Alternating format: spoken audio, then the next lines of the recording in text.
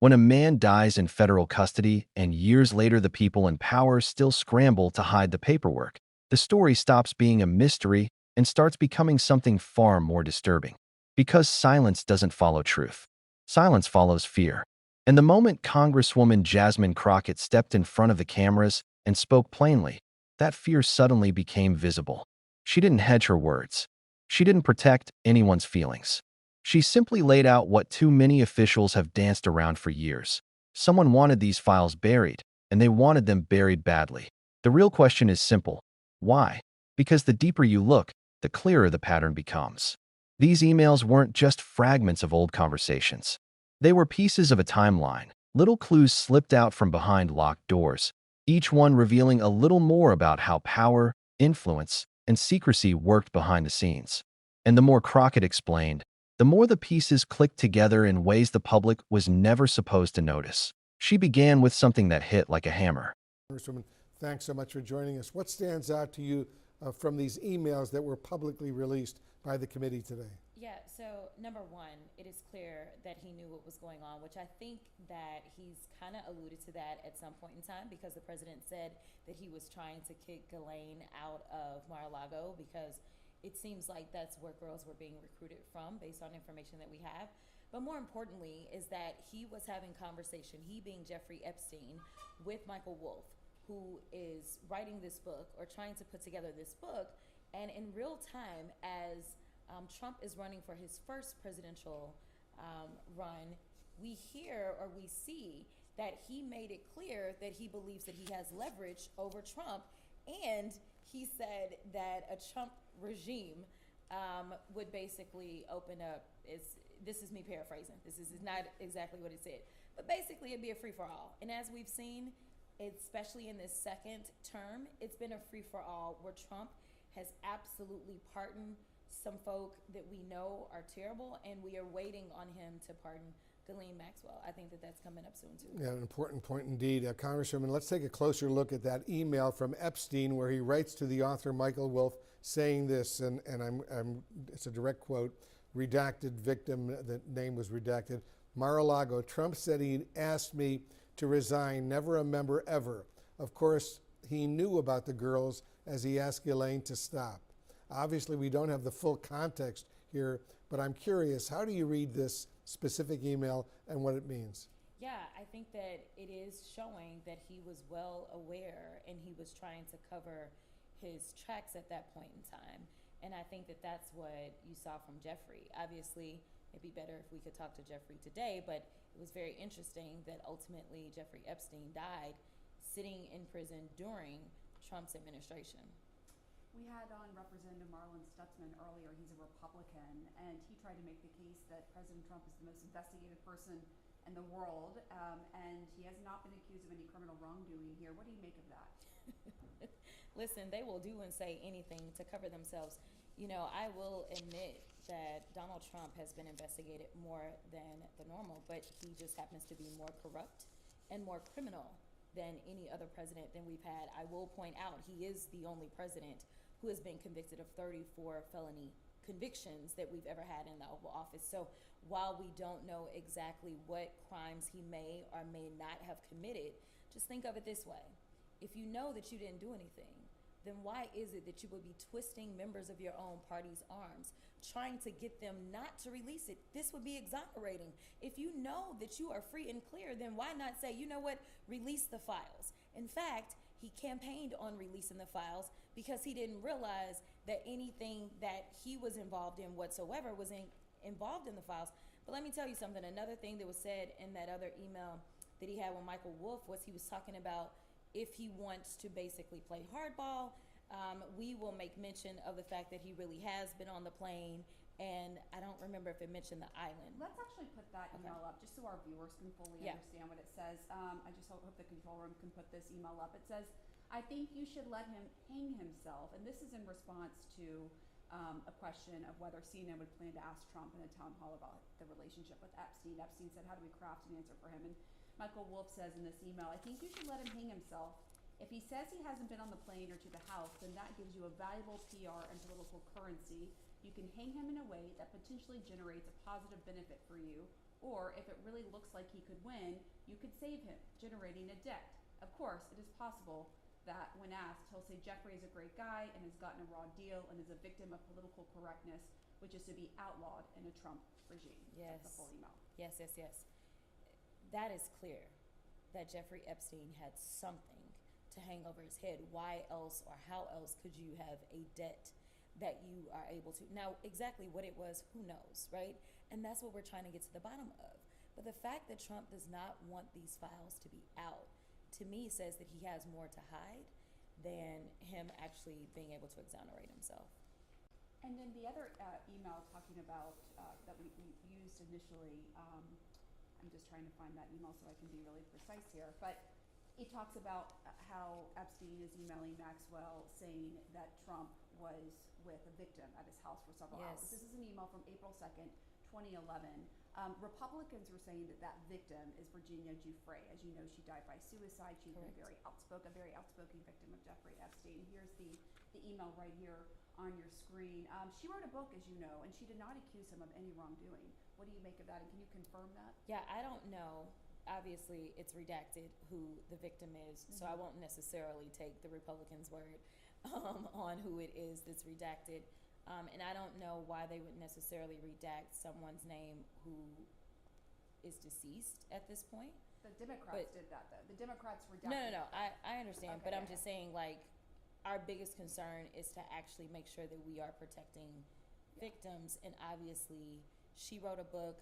She told her truth. Whether or not she told everything, who knows? Again, another person that we can't talk to because we have yet another suicide around this. So I think that that's actually one of the things that we should talk about, is that the president has tried to call this all a hoax. I don't think you have this many people dying around a hoax.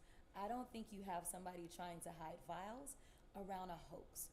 We know that there's something there. We know that his own attorney general had to admit that he is in the files. But they are trying to hide stuff. The only reason that we have these emails is because we were able to get them from the estate.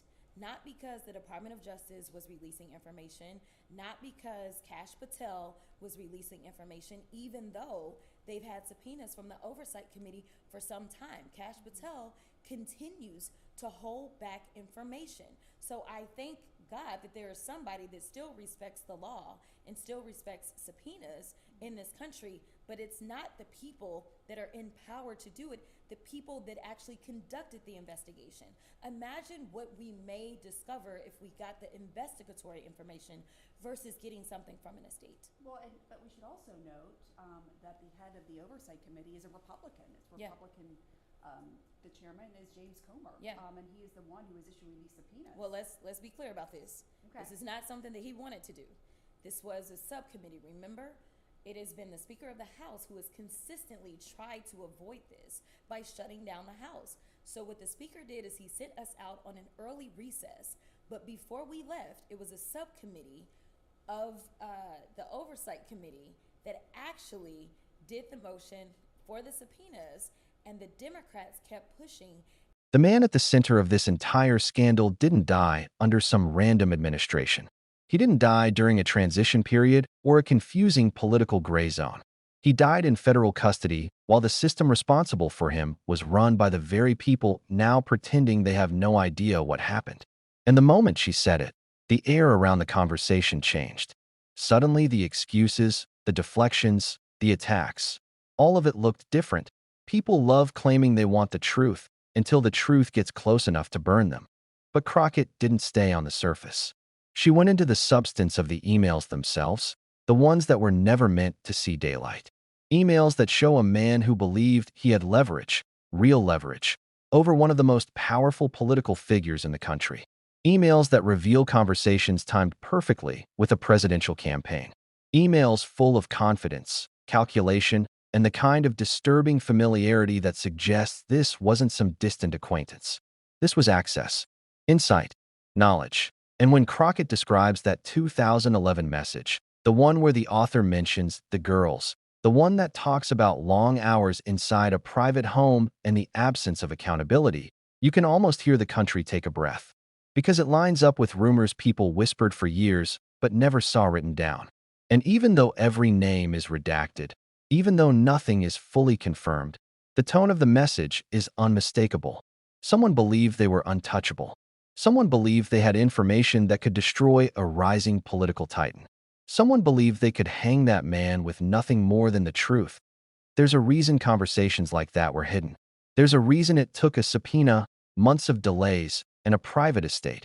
Yes, the private estate, not the Department of Justice, to get these documents released. When a private executor shows more transparency than a federal agency, something is profoundly wrong. But that wasn't even the most explosive part, because then comes the other email, the one talking about how, if questioned publicly, denial could be used as political currency. The idea was simple: let him deny everything, and the contradiction becomes leverage. That wasn't speculation. That wasn't rumor. That was an actual message exchange between a disgraced financier and a well-known author discussing how to manipulate public perception. It was the clearest sign, yet, that this wasn't a one-sided relationship. There was strategy, there was benefit, and there was fear. Fear of what would happen if the public ever learned the full truth. And that's when Crockett stepped on the third rail, something many politicians tiptoe around but rarely confront directly. She pointed out that powerful people don't hide information to protect victims. They hide information to protect themselves. Because if everyone were innocent, releasing the files would be the easiest thing in the world. Redactions wouldn't be necessary. Subpoenas wouldn't be fought. House sessions wouldn't be mysteriously shut down the moment oversight committees tried to move forward. But those shutdowns happened. Those delays happened. That stalling was real. And Crockett wasn't shy about naming it. She described how the House leadership maneuvered to avoid a vote that could force additional testimony. She explained how the Speaker conveniently sent members home early to block the next step in the investigation. She reminded viewers that the only reason subpoenas were issued at all was because Democrats on a subcommittee pushed relentlessly, and a few Republicans, to their credit, joined them. Not because leadership wanted answers, but because they ran out of ways to avoid them. And isn't that strange? If the truth were harmless, why block the vote? If the files were meaningless, why hide them for years? If there was nothing to fear, why did the DOJ release almost nothing while a private estate complied immediately? Those aren't partisan questions. Those are logic questions.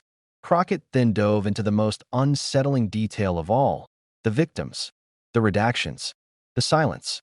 The fact that there are still thousands of pages the public has never seen, still locked behind layers of bureaucracy, shielding the identities and actions of people who were never supposed to be scrutinized. She reminded viewers that one of the victims referenced in the emails, whose name remains hidden, can't even speak for herself anymore. That alone should have been enough to inspire urgency. But instead, all it did was expose how many lawmakers were working overtime to keep these files sealed. She stressed repeatedly that no one even knows for sure who the redacted victim in one of those emails was.